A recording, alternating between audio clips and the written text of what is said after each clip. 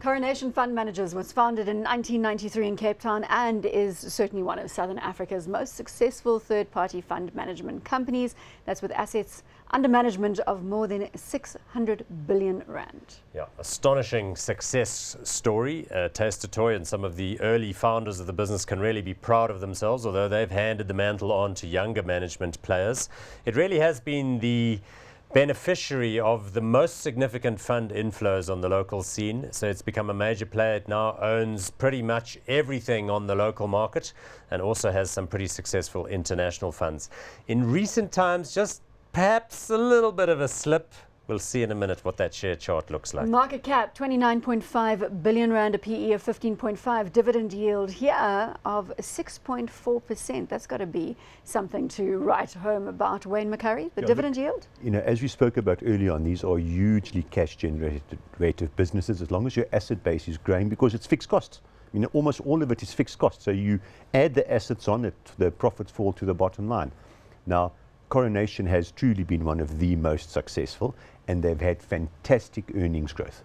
Consistent for a very, very long time, exceptional outperformance, lots of performance fees, but they've been warning the market now for 2 or 3 years. Watch out, you know, you don't get it right. No asset manager gets it right all the time. No one can predict the future. And there's the share price. And there's graph. the share price, and you can see it.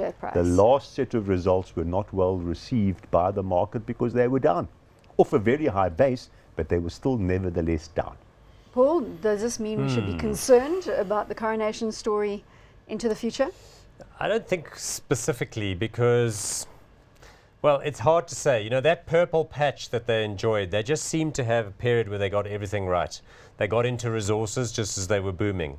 They got out of resources just as they sort of turned over. They jumped into retail at a time when that consumer-led story was extremely successful. Healthcare, globalizing, you know, they just seemed to be able to put no foot wrong.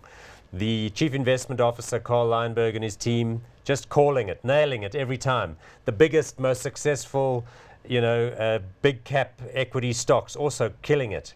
But in recent times, Wayne says, they've been warning the market that what you are they can't buying call it right correct now that's causing They're going to the value shares.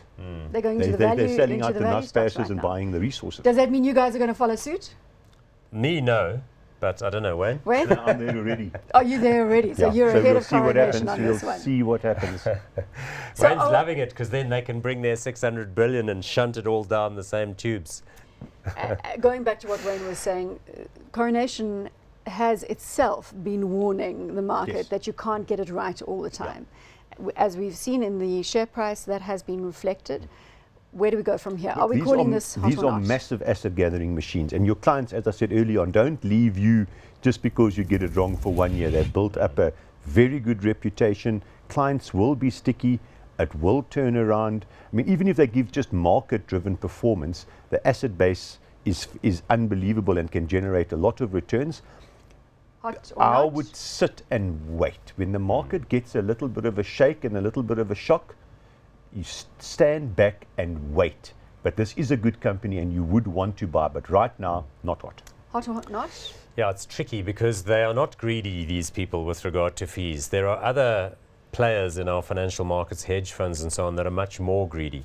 If you take their assets and their revenues and their profits, it's all fairly modest. So I think the aggregate base will, as Wayne says, at some point surprise, and I am positive about the market.